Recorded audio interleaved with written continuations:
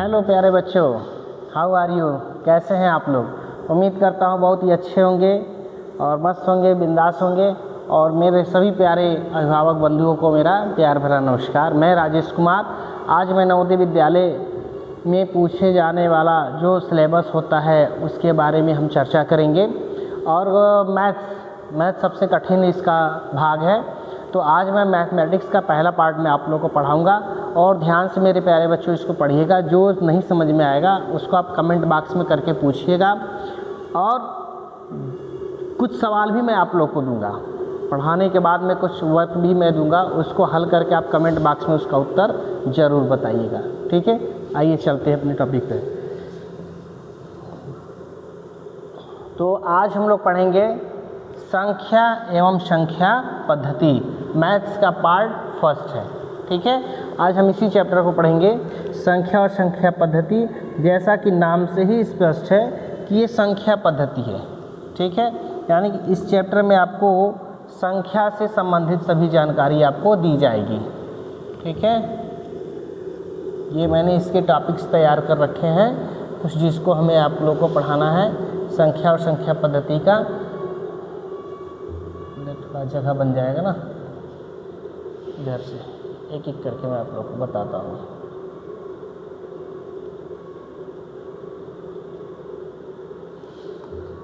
हाँ, तो मेरे प्यारे बच्चों देखो, सबसे पहले आता है अंक। अंक कितने होते हैं? अंक कुल आपके होते हैं 10। कौन से? 0 से लेकर के 9 तक। देखो आप, अंक क्या होता है? 0 1 2 3 4 5 6 7 8 9 10, यानी टोटल इनकी संख्या काउंट करोगे तो हमारे पास कुल कितने अंक आएंगे? 10 अंक आएंगे। इन्हीं 10 अंकों का प्रयोग करके हम छोटी से छोटी और बड़ी से बड़ी संख्याओं का निर्माण करते हैं। ठीक है, तो हमारे देश में कौन सी पद्धति प्रचलित है ये भी मैं बता देता हूँ। तो हमारी संख्या जो है कि पद्धति आपका दाशमिक पद्धति होती है, यानी डेसिमल पद्धति, या जिसको हम 1 2 3 या अरबिक पद्धति भी बोलते हैं। वैसे तो रोमन भी है, रोमन सिस्टम भी है, लेकिन रोमन का प्रयोग अब बहुत ही कम होता है। और आपकी इस नवोदय प्रवेश परीक्षा के सिलेबस में पहले रोमन अंक से ज़्यादा क्वेश्चन आते थे, अब ये बिल्कुल समाप्त हो गए हैं। अब इसमें से पिछले 6-7 सालों से एक भी क्वेश्चन रोमन अंक का नहीं आ रहा है।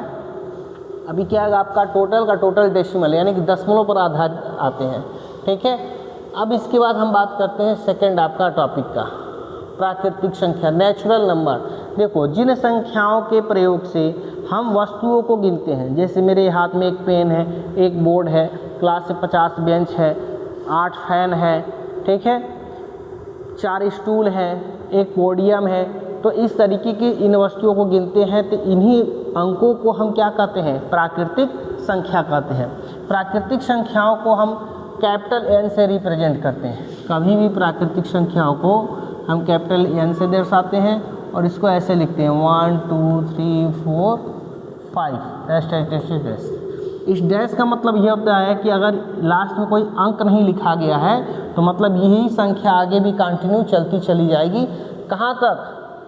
अनंत तक, इनफाइनाइट तक। अगर हम लास्ट में सपोज दैट अगर हम कहा देते कि 10 तक, यानी कि ये संख्या 10 तक जाकर के फिनिश हो जाती। लेकिन चूंकि प्राकृतिक संख्या है तो प्राकृतिक संख्याएं कहाँ तक होती हैं? अनंत तक, यानी इनका कहीं कोई अंत नहीं होता है। ठीक है, अब बात करते हैं पूर्ण संख्या। पूर्ण संख्या क्या होता है? जब प्राकृतिक संख्याओं के साथ उसमें हम 0 को भी उसमें जोड़ लेते हैं, यानी कि आगे 0 रख देते हैं सबसे पहले, तो ऐसे संख्याओं को हम क्या बोलते हैं? पूर्ण संख्या, होल नंबर कहते हैं। ठीक है, देखो होल नंबर आपका 0 से स्टार्टिंग होगा कभी भी। इसको हम किससे रिप्रेजेंट करेंगे? W से। देखो 0 1 2 3 4 5 डैश। ये भी कहाँ तक होगा? अनंत तक ये भी होगा। ठीक है, ये आपके 3 संख्या होंगी। इसी के साथ एक चीज़ और मैं बता देता हूँ, थोड़ा सा 2 टॉपिक नीचे है आपका, पूर्णांक संख्याएं। ठीक है, पूर्णांक, इंटीजर को हम कैसे प्रस्तुत करते हैं? इंटीजर को करने के लिए हम माइनस संख्याएं, धन संख्याएं और 0 यानी ऋणात्मक संख्याएं, शून्य और धनात्मक संख्याएं, जब इन सभी को एक साथ हम लिख देते हैं तो उसी को हम क्या बोलते हैं? इंटीजर बोलते हैं, यानी कि पूर्णांक बोलते हैं। ऐसे आप समझ सकते हैं -5, -4 -3 -2 -1 फिर 0 1 2 3 एस्टेटस ऐसे, ठीक है। इसको ऐसे भी लिख सकते हैं क्योंकि ये भी अनंत तक है और ये भी अनंत तक है।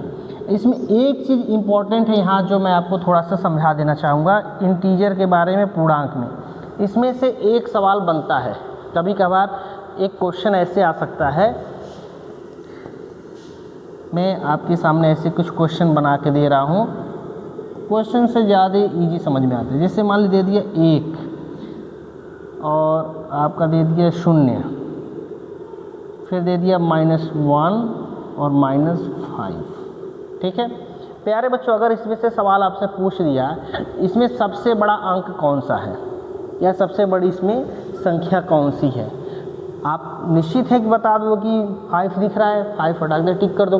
आप कहो कि ये बड़ा है, जी नहीं, बिल्कुल गलत, ये हो ही नहीं सकता। आपको इसको समझने के लिए इंटीजर को समझना पड़ेगा। इंटीजर में क्या होता है कि हमेशा ये छोटे से बड़े की ओर जाता है, यानी कि -5 छोटा है किससे, -4 से, -4 छोटा है किससे, -3 से, -3 छोटा है किससे, -2 से, -2 किससे छोटा है, -1 से, और -1 किससे छोटा है, 0 से, और 0 किससे छोटा है, 1 से, 1 किससे छोटा है, 2 से, 2 किससे छोटा है, 3 से। यानी जब आप इसको राइट साइड में बढ़ते हैं तो ये बढ़ता हुआ जाता है और जब लेफ्ट आते हैं तो ये घटता हुआ जाता है। यानी कि आप इसमें देख करके आप खुद देखो कि यहाँ पर 0 क्या होगा, ऋण 1 से बड़ा होगा। इसमें आप खुद बताओ कि सबसे छोटा संख्या कौन होगा, अब बताओ, या सबसे बड़ी संख्या कौन सी है। दोनों सवाल पूछ सकता है आपसे। अगर कह दिया कि सबसे बड़ी संख्या बताओ, तो आप देख रहे हो बड़ी जब भी कहेगा तो धनात्मक में होगा, तो यानी कि यहाँ पर 1 क्या होगा, सबसे बड़ी संख्या होगी। 1 क्या होगी आपकी सबसे बड़ी संख्या होगी, कौन, 1, यानी कि ऑप्शन ए सही है। अगर यही आपसे कह दिया कि सबसे छोटी संख्या, तो बच्चे क्या करते हैं, कह देंगे 0 सबसे छोटा है। बिल्कुल नहीं, क्योंकि नंबर लाइन ये संख्या रेखा पर अगर इसे हम रिप्रेजेंट करें ऐसे, ठीक है, तो संख्या रेखा पे जो संख्या लेफ़्ट साइड में होती है वो घटती भी जाती है और जो संख्या 0 से राइट साइड में होती है वो बढ़ती हुई जाती है। आप देखेंगे -5 क्या है, सबसे लास्ट में है, इधर है, यानी ये -5 क्या होगा, सबसे छोटी संख्या होगी ये, यानी ये आपका इसमें ऐसे होगा। तो इस तरीके से आपका क्वेश्चन बनता है।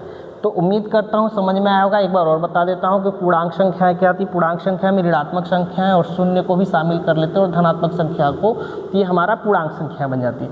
पूर्णांक संख्या पे सवाल भी बन सकते हैं आपके कि कह देगा, आप बताओ। चलो बच्चों, ये क्वेश्चन मैं आप लोगों के लिए दे रहा हूँ, आप कमेंट बॉक्स में इसका उत्तर मुझे बता देना, ठीक है, कौन सा होगा। आपको बताना है सबसे बड़ी अंक कौन है, चलो बताओ। -4, -3, -2 या -10, ये इसका आंसर आप हमें कमेंट बॉक्स में बताएंगे, ठीक है। ये मैं आप लोग के लिए छोड़ रहा हूँ। मैंने बोला था ना कि अगर मैं पढ़ाऊँगा तो एक क्वेश्चन ज़रूर मैं दूंगा आपको इसमें से। आपको इसको कमेंट बॉक्स में करके बताना है कि इन चारों में से सबसे बड़ी संख्या कौन सी है, ठीक है। चलिए अब हम आगे चलते हैं। तो प्यारे बच्चों, नेक्स्ट हमारा इसमें टॉपिक आता है सम संख्या।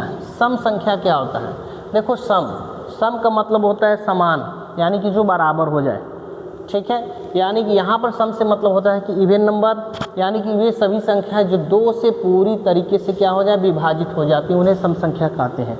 2 से पूरी तरीके से विभाजित हो जाए, जैसे मान लो हमने कहा दिया 6 है, 2 से विभाजित होने वाली संख्या आपका, देखो 2 से विभाजित होने का मतलब 2 का टेबल, 2, 4, 6, 8, 10, 12, 14, 18, या जिसके लास्ट में 0 आ जाए, चाहे जितने भी 0 आ जाए, तो सबके सब सम संख्या होंगी। ये सब के सब संख्या क्या हैं, 2 से कटने वाले हैं, इसलिए इन्हें हम क्या कहते हैं, सम, इवन नंबर, ठीक है। इन्हें हम क्या कहते हैं, इवन नंबर कहते हैं। अब जो संख्याएं इससे ना कटे, जो संख्याएं 2 से ना कटे, इससे का मतलब होता है मेरा 2 से है, ठीक है।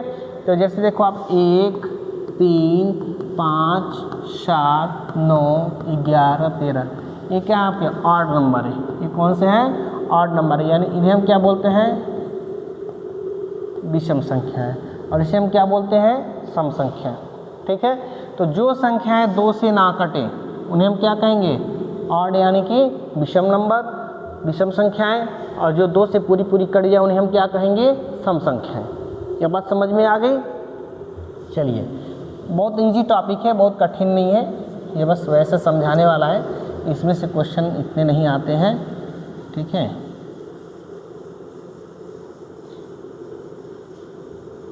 विभाज्यता का जब नियम बताएंगे तो उसमें इसका प्रयोग होगा। यौगिक संख्याएं देखिए, यौगिक संख्याएं कंपोजिट नंबर क्या होते हैं, वे सभी संख्याएं जो किससे बनी हो, खुद से बनी हो, एक से बनी हो, और किसी दूसरी संख्याओं को भी मिला लिया जाए, यानी कि वे किससे कटे, एक से कटे, स्वयं से कटे, और फिर उसका किसी अन्य संख्या से कटे। यौगिक संख्याएं देखो, यौगिक संख्याएं क्या होती है, जैसे सपोज दैट हमने ले लिया 10, अब आप बताओ 10 किससे किससे कटेगा, 1 से कटेगा, 2 से कटेगा, 5 से कटेगा, और किससे कटेगा, 10 से। आप देख रहे हो कि ये 10 से स्वयं कट गया, ठीक, एक से कट गया, और 2 अन्य संख्याओं से कट गया। तो ऐसी संख्याओं को हम क्या कहते हैं, यौगिक संख्या कहते हैं। जरा आप ये बताओ 25 यौगिक है कि नहीं है, 25 यौगिक है कि नहीं है। तो इसको करने के लिए आप चेक करो, एक से कट रहा है, बिल्कुल कट रहा है, खुद से कट रहा है, बिल्कुल कट रहा है, फिर ये देखो किसी अन्य संख्या से कट नहीं कट रहा है, ऐसे कट गया, ये भी क्या हमारा यौगिक संख्या है। यहीं आप ये चेक करो 29, क्या 29 हमारा यौगिक संख्या है, क्या 29 हमारी यौगिक संख्या है, अगर है तो यस, और नहीं है तो नो। कमेंट में लिख करके आप हमें बताइएगा। चलिए,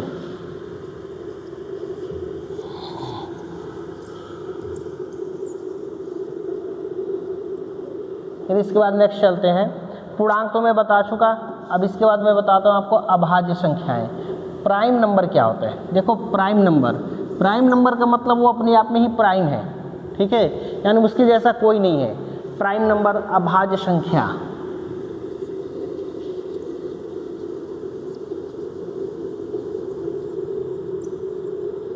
देखो अभाज्य संख्या, प्यारे बच्चों, भाज्य और अभाज्य, भाज्य होते हैं जो कट जाए, इजीली कट जाए, एक से ज़्यादा संख्याओं से कट जाए। अभाज्य या ऋण या प्राइम, ठीक है, प्राइम नंबर।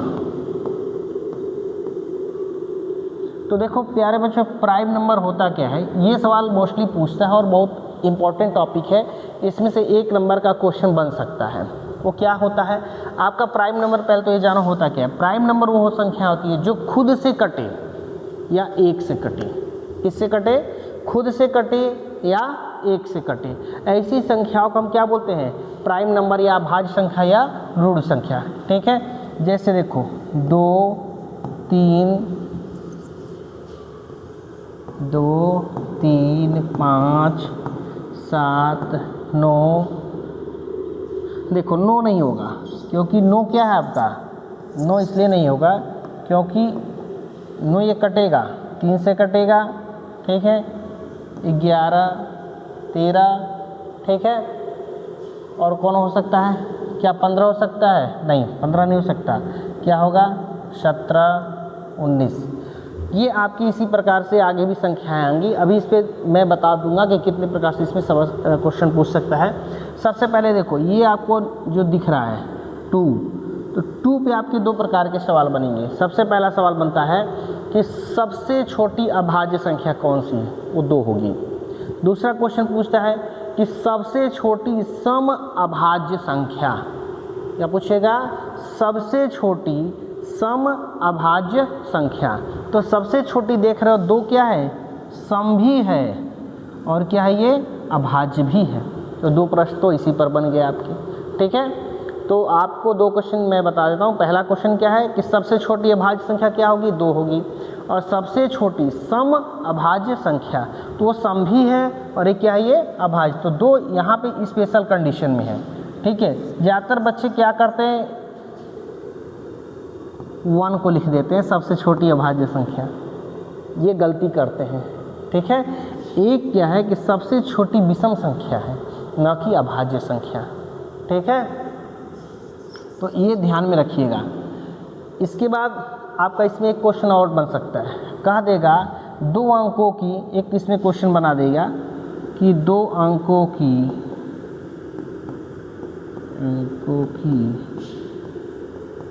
सबसे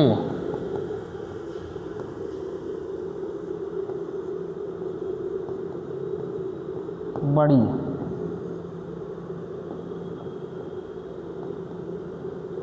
अभाज्य संख्या क्या होगी। देखो बच्चों, 2 अंकों की सबसे बड़ी अभाज्य संख्या क्या होगी, तो 2 अंकों की सबसे पहले तो बड़ी संख्या देख लो। 2 अंकों की सबसे बड़ी संख्या क्या होगी आपकी, 99 होगी। 99 होगी तो 99 आप देखो पहले किससे किससे कट सकती है, 1 से कटेगा, 3 से कटेगा, 11 से कटेगा और 99 से कटेगा। ये तो बिल्कुल नहीं होगा। इससे एक अंक कम आ जाओ, 98, ये सम संख्या हो गया एकदम। आप वैसे देख सकते हैं सम है तो निश्चित है कि ये भाज्य होगा, और जबकि क्या पूछ रहे हैं, अभाज्य होना चाहिए। एक और इससे कम ले लो, 97। तो ये 97 क्या है आपका, 1 से कटेगा और किसी संख्या से कटने वाला है, बिल्कुल नहीं कटने वाला है, ठीक है। तो इस वजह से आपका आंसर क्या होगा, 97। उम्मीद करता हूँ समझ में आया होगा। अब इसी पे आधारित मैं एक क्वेश्चन आपको देता हूँ होमवर्क के लिए। आप हमें बताओगे 3 अंकों की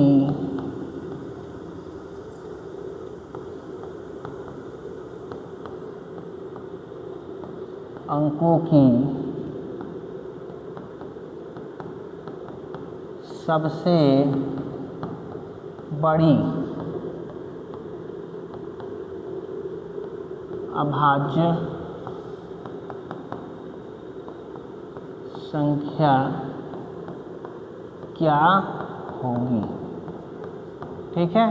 ये आप लोग का होमवर्क है। आप इसका आंसर हमें कमेंट बॉक्स में हल करके बताएंगे, सोच करके बताएंगे, ठीक है। ये तो मैंने आपको समझा दिया था, मैंने 2 अंकों पे समझाया था, आप 3 अंकों पर समझ, एक सवाल लगा करके हम इसका आंसर दे दीजिएगा।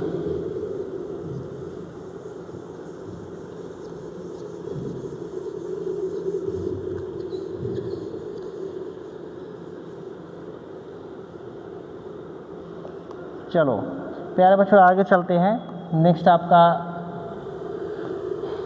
टॉपिक है सहअभाज्य। देखो सहअभाज्य क्या था, जब 2 प्राकृतिक संख्या का मौसा 1 हो तो ये दोनों संख्या एक दूसरे के सहअभाज्य कहलाती हैं। मतलब ये है कि 2 संख्याएं दे दिया, जैसे सपोज दैट 4 और 9 दे, यानी इन दोनों में कोई भी ऐसी संख्या नहीं है जो दोनों को काटे, ठीक है।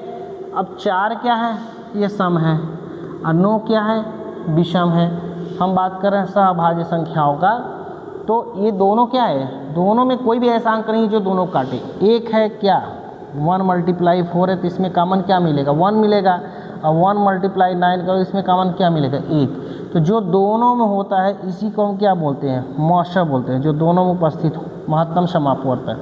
तो जब 2 संख्याओं में एक ही कोई अंक कॉमन हो, उसी को हम क्या बोलेंगे, सहअभाज्य संख्या है। यानी कि 4 और 9 क्या हो गए, सहअभाज्य संख्या, यानी इन दोनों को विभाजित करने वाले दोनों अलग अलग अंक हो, एक जैसा ना हो। लाइक दैट, जैसे एक और इसी जैसा एग्जांपल में देता हूँ, मान हमने 11 दे दिया और 40 दे दिया। अब आप बताओ कोई ऐसा अंक है जो 11 को भी काटे, 14 को भी काटे, बिल्कुल नहीं है। सिर्फ एक है 1 से भी कटेगा, 1 से कटेगा। ये क्या होंगे, हमारे सहअभाज्य संख्याएं होंगी, ठीक है। चलिए, ये इससे संबंधित क्वेश्चन नहीं पूछता है, बस ये है तो इसको जान लेना है बेसिक रूप से अपनी जानकारी के लिए। चलिए बात करते हैं परिमेय संख्या। परिमेय संख्या क्या होती है, परिमेय संख्या वे संख्याएं होती हैं जिनको हम लोग भिन्न के रूप में लिख सकते हैं, यानी P/Q के रूप में, एक फ्रैक्शन के रूप में लिख सकते हैं। परिमेय संख्या वे संख्या जो भिन्न के रूप में लिखी जा सकती हो उन्हें परिमेय संख्या कहते हैं। परिमेय संख्या a/b जहाँ a और b पूर्णांक है तथा b ≠ = 0 के रूप में लिखा जा सकता हो। बहुत ही सिंपल है। अगर हमने 3/4 लिख दिया, ठीक है, 7/9 लिख दिया, हमने मान लो 12/37 लिख दिया, ठीक है, तो ये संख्या हमारी क्या है? परिमेय संख्या है।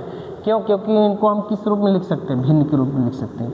बट b ≠ = 0, ये नीचे जो है ये 0 नहीं होना चाहिए, ये दोनों अलग अलग होने चाहिए और दोनों क्या होने चाहिए? पूर्णांक होने चाहिए। पूर्णांक अभी हमने आपको बताया ऋण पूर्णांक हो, धन पूर्णांक हो, ये माइनस में भी हो सकता है, ठीक है, ये कोई जरूरी नहीं कि प्लस में ही रहे।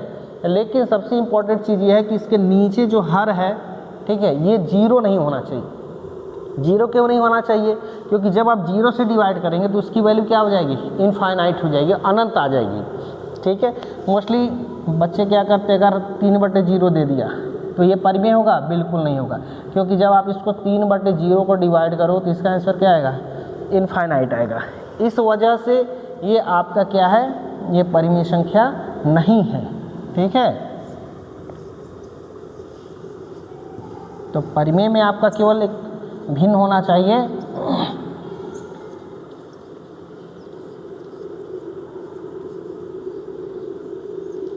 चलिए आगे चलते हैं। अब इसके बाद हमारा अगला नेक्स्ट टॉपिक है अस्थानी मान। प्यारे बच्चों देखो, अस्थानी मान, अस्थानी मान बहुत ही इम्पॉर्टेंट है और ये थोड़ा सा टॉपिक ये लंबा भी है, क्योंकि इस पर हम अगर इसको हम टच करेंगे तो इसको हम बहुत डीपली आप लोग को बताएंगे और कितने प्रकार के इस पे सवाल बन सकते हैं वो भी मैं आप लोग को बताऊंगा, ठीक है।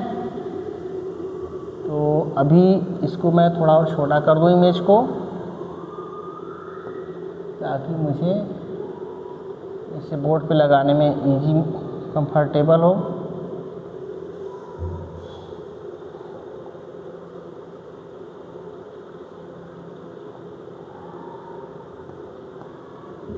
जी, ये हमारा थोड़ा बड़ा हो गया, आपको भी दिखेगा और मुझे सवाल हल करने में काफ़ी मदद मिलेगी, जगह मिल जाएगा ना यहाँ पे मुझे स्पेस, इस वजह से हमने इसको काट के छोटा किया है। चलिए अब बात करते हैं स्थानीय मान। किसी संख्या में किसी अंक में जो स्थान निहित होता है वही उसका स्थानीय मान कहलाता है। स्थान परिवर्तन से अंकों के स्थानीय मान में भी परिवर्तन हो जाता है। देखो स्थानीय मान, स्थानीय मान का मतलब ये होता है उसकी स्थान का क्या वैल्यू है, उसके स्थान का क्या वैल्यू है। जैसे आप ऐसे समझ सकते हो कि एक मक्खी अगर सोना तौलने वाले कांटे पर बैठ जाती है तो सोने का भाव कई गुना बढ़ जाता है, और वही मक्खी अगर मिठाई पर बैठ जाती तो कोई असर नहीं पड़ता है, मिठाई तौलने वाले पे उसमें थोड़ा सा भी कोई फ़र्क नहीं पड़ेगा। तो डिपेंड ये करता है कि जो अंक है, जो नंबर है, वो किस स्थान पर है। स्थान का यहाँ मतलब ये है इकाई, दहाई, सैकड़ा, हज़ार, 10,000, लाख, 10 लाख, करोड़, 10 करोड़, इस तरीके से जो अंकों का पोजीशन होता है उस पर निर्भर करता है स्थानीय मान। जैसे मैं एक अंक लिखता हूँ 4 3 2 8 4 1 3, यहाँ पे हमने मानो ले लिया 4 ले लिया, 7 ले लिया। अब इसमें आपका कह देगा 2 का स्थानीय मान बताइए। तो प्यारे बच्चों देखो, यहाँ से यह आपका हो गया, पहले तो ये जानो ये इकाई है, दहाई है, दाहिने तरफ से हम चलते हैं। इकाई, दहाई, सैकड़ा, हज़ार, 10,000, लाख, 10 लाख, करोड़, और ये आपका 10 करोड़, ठीक है। तो ये दाहिने तरफ से जब हम चलते हैं तो आप ये देखोगे इकाई में हमेशा 1 होगा, दहाई में क्या होगा 10 होगा, सैकड़े में क्या होगा 2 जीरो, हज़ार में क्या होगा 3 जीरो, 10,000 में कितना होगा 4 जीरो, लाख में कितना होगा, ठीक है, ये 5 जीरो। तो इसी तरीके से अब यहाँ 2 पर जब आएंगे तो 2 गुणा करेंगे और इसके पहले जितने अंक हैं उतने जीरो उसके पीछे लगा देंगे। जैसे आप सैकड़ा पे जब गए तो सैकड़ा के पहले कितने अंक हैं 2 अंक है तो 2 जीरो लगा दिया हमने, ठीक है। 1000 पे आपने गया तो 1000 के पहले कितने अंक हैं, 3 अंक है, तो 3 अंक है तो 3 जीरो लग गया। उसी तरीके से जब आप 2 पे आएंगे तो क्वेश्चन में हमने बोला था कि 2 का स्थानीय मान बताना है। क्या बताना है, 2 का स्थानीय मान। सवाल में हमने ये बोला था 2 का स्थानीय मान, तो 2 यहाँ पर है तो आप क्या करोगे प्यारे बच्चों, 2 लिख लेना, ठीक। अब 2 के पीछे कितने अंक हैं, गिनो, 1 2 3 4 5 6 और 6 जीरो लगा दो, 1 2 3 4 5 6, ठीक है। और जब मल्टीप्लाई करोगे इसमें तो 2 लिखोगे, 1 2 3 4 5 6, ये इसका हो गया स्थानीय मान, ठीक है।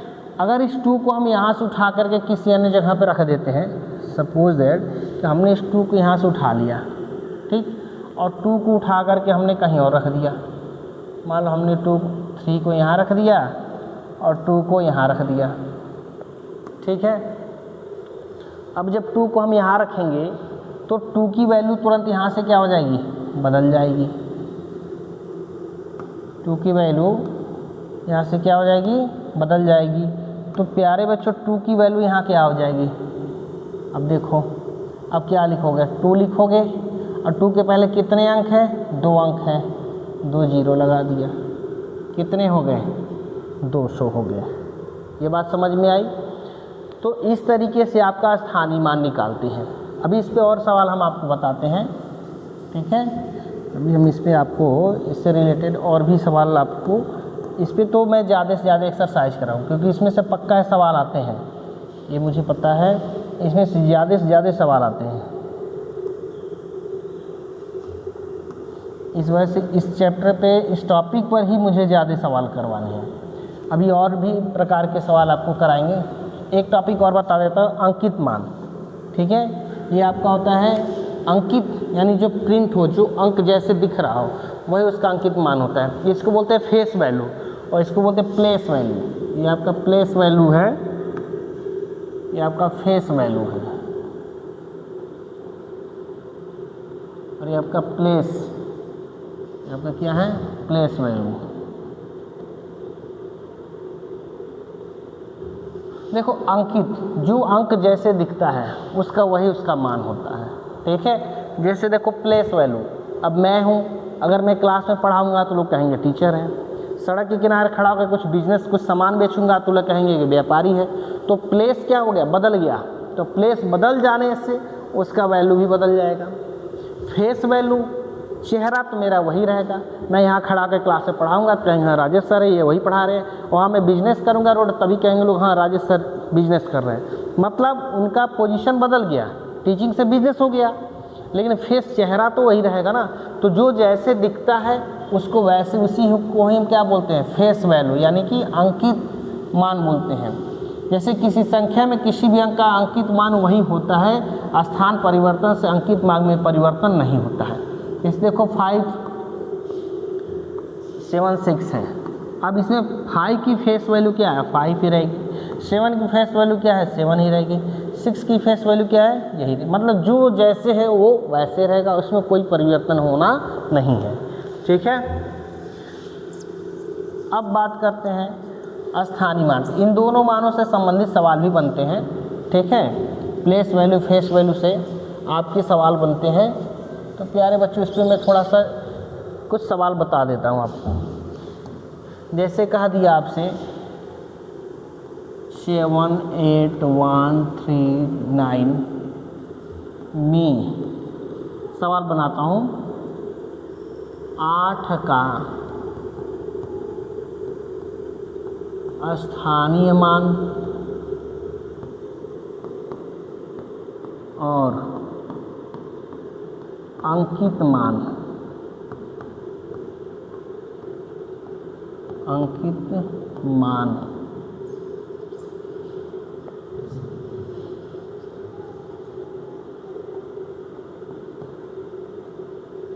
का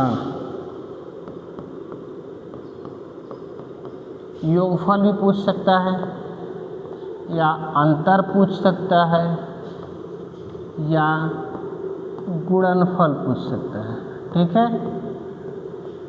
या अनुपात या भाग पूछ सकता है। सवाल कई प्रकार से बनाएगा। अनुपात क्या होगा, अनुपात मोस्टली नहीं पूछता है, ठीक है। ये जितना पूछे होते हैं, क्या होगा। तो आप इस पे देखोगे 8 का, तो आप पहले इसका प्लेस वैल्यू निकाल लो। देखो 78139 है। अब यहाँ पे देखो 8 है, 8 लिखो। कितने अंक है, 3 अंक है, तो 1 2 3 0 लगा दो। ये इसका क्या हो गया, स्थानीय मान हो गया। ये आपका क्या है, स्थानीय मान है, ठीक है। अब इसमें एक और क्वेश्चन का है का अंकित मान। तो हमने बताया अंकित मान जो जैसे होता है वो वैसे ही शो करते हैं। तो अंकित मान क्या होगा इसका, वो भी 8 होगा। अब इसमें 3 प्रश्न बनेंगे, योगफल क्या होगा, अंतर क्या होगा और गुणनफल क्या होगा। तो योगफल कहाँ है, तो आप इसको ऐड कर दोगे 8008। कंपटीशन में प्यारे बच्चों सवाल ऐसे ही बना के देता है। वो आपको सोचोगे आपको खुश करने के लिए इजी सवाल दे देगा, तो ऐसा बिल्कुल नहीं होता है। वो कंपटीशन होता है, उसमें सवाल थोड़ा हट के आते हैं, थोड़ा सा चेंजिंग कर देगा। ये आपका योगफल हो गया। अंतर का मतलब होता है घटाना। तो जब कहे अंतर, फिर आप उसमें क्या करोगे, माइनस कर दोगे, ठीक है। ये आपका अंतर हो जाएगा। तीसरा क्वेश्चन आपका है गुणनफल। तो आप देखो गुणा करना एकदम इजी है। 8 का 8 में मल्टीप्लाई कर दो और 3 0 बगल में लगा दो, ये हो गया आपके। तो आप देख रहे हो कि योगफल भी हमने उसी से सवाल बन गया, अंतर भी उससे ही बन गया और ये गुणनफल भी बन गया उससे। तो आपने क्या देखा, एक ही सवाल से 3 प्रकार के सवाल आपके बन सकते हैं। तो ये आपको बहुत अच्छे से पहले समझना होगा। स्थानीय मान निकालना है, फिर उसका अंकित मान। ये तो सिंपल ये सवाल है जिसमें दशमलव नहीं है। अभी इसके आधार पे दशमलव पर भी सवाल बनेंगे, उसको मैं बताऊंगा। अभी केवल पूर्णांकों का हमने स्थानीय मान और अंकित मान बताया है, ठीक है। तो ये उम्मीद करता हूँ कि आप लोग को ये समझ में आया होगा, ठीक है। एक सवाल मैं देता हूँ आप लोग को, इसे आप देख लो, स्क्रीनशॉट ले लो, सेव कर लो। ना समझ आए तो वीडियो को कई बार प्ले करके आप देख सकते हैं। अब थोड़ा सा आप लोग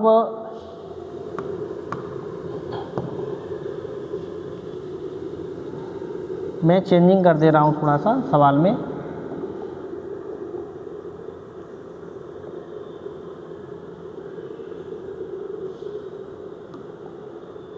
ऐसे भी चले जा रहे हैं।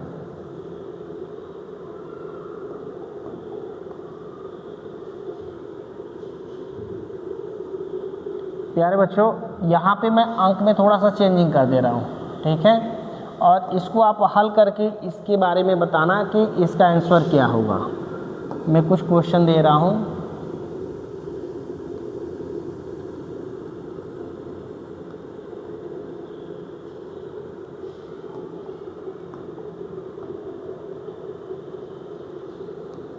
यहाँ पे मैंने कह दिया 2 का स्थानीय मान और अंकित मान, ठीक है, का योगफल और अंतर और गुणनफल क्या होगा। ये आपका होमवर्क है। इसको आप घर से करके और कमेंट बॉक्स में आप हमें बताएंगे कि इसका आंसर क्या होगा। ये मैं आप लोग के लिए छोड़ रहा हूँ, ठीक है। चलिए आगे चलते हैं।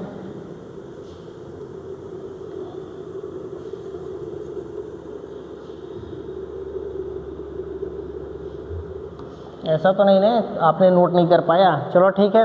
1 मिनट 3 सेकंड के लिए रुक जाता हूँ, देख लो वीडियो, पॉज करके आप देख लेना, ठीक है। चलो मैं रीच करता हूँ।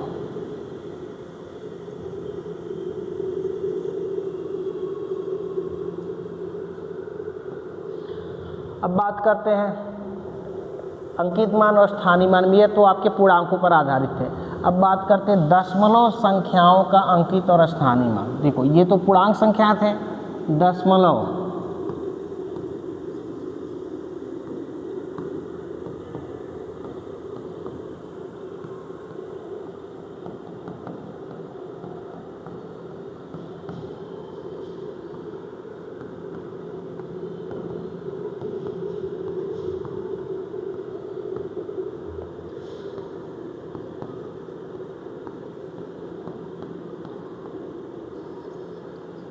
देखो दशमलव संख्याओं का आपको निकालना है। जैसे मान लो हमने लिख दिया यहाँ पे 2, 3, 4, 9, 8, 7, 6 और यहाँ पर हमने डेसिमल लगा दिया।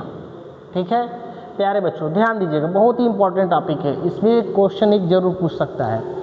इसमें कह दिया आपसे कि 8 का स्थानीय मान क्या होगा। 8 का स्थानीय मान क्या होगा, इसमें ध्यान दीजिए। ये आपको ध्यान देना है कि डेसिमल जहाँ लगा होगा दशमलव, तो जहाँ दशमलव लगा होगा ये इसके ठीक इसके बगल वाला 1/10वां भाग है। फिर इसके बगल वाला, इसको मैं ऐसे समझा देता हूँ, ये जो आपका होगा ध्यान देना 9 होगा, ये आपका क्या होगा 1/10वां होगा। फिर ये इसके बगल वाला 1/100वां भाग होगा और ये इसके बगल वाला 1/1000वां भाग होगा और ये इसके 1/10,000वां भाग होगा। तो दशमलव में जब भी आ जाए तो दशमलव के बाद आप दाहिने तरफ राइट साइड भी जब पढ़ेंगे तो 1/10, 1/100, 1/1000, 1/10,000। ठीक है, तो इस तरीके से आपको वैल्यू बतानी है। अभी आपका क्वेश्चन ने पूछ दिया कि 8 का स्थानीय मान, तो क्या करोगे आप 8 × 1/100 करोगे।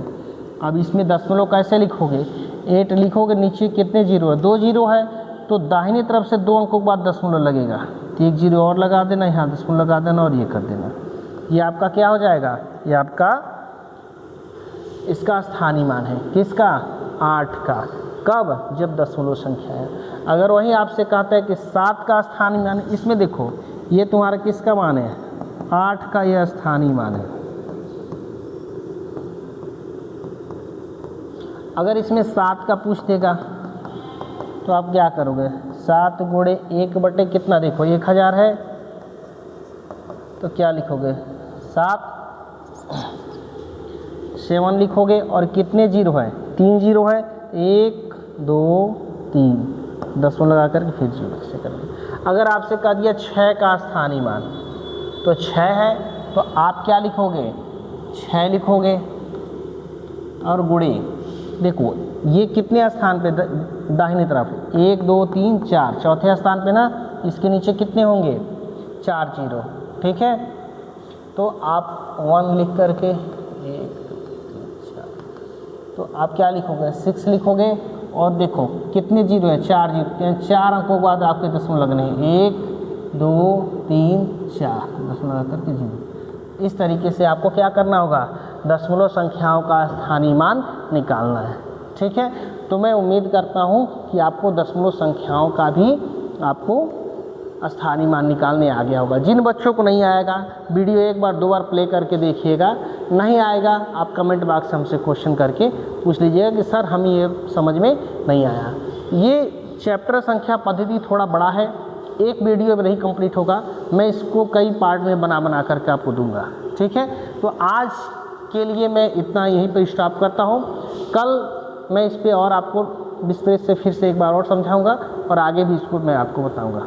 ठीक है, नमस्ते, जय हिंद, जय भारत।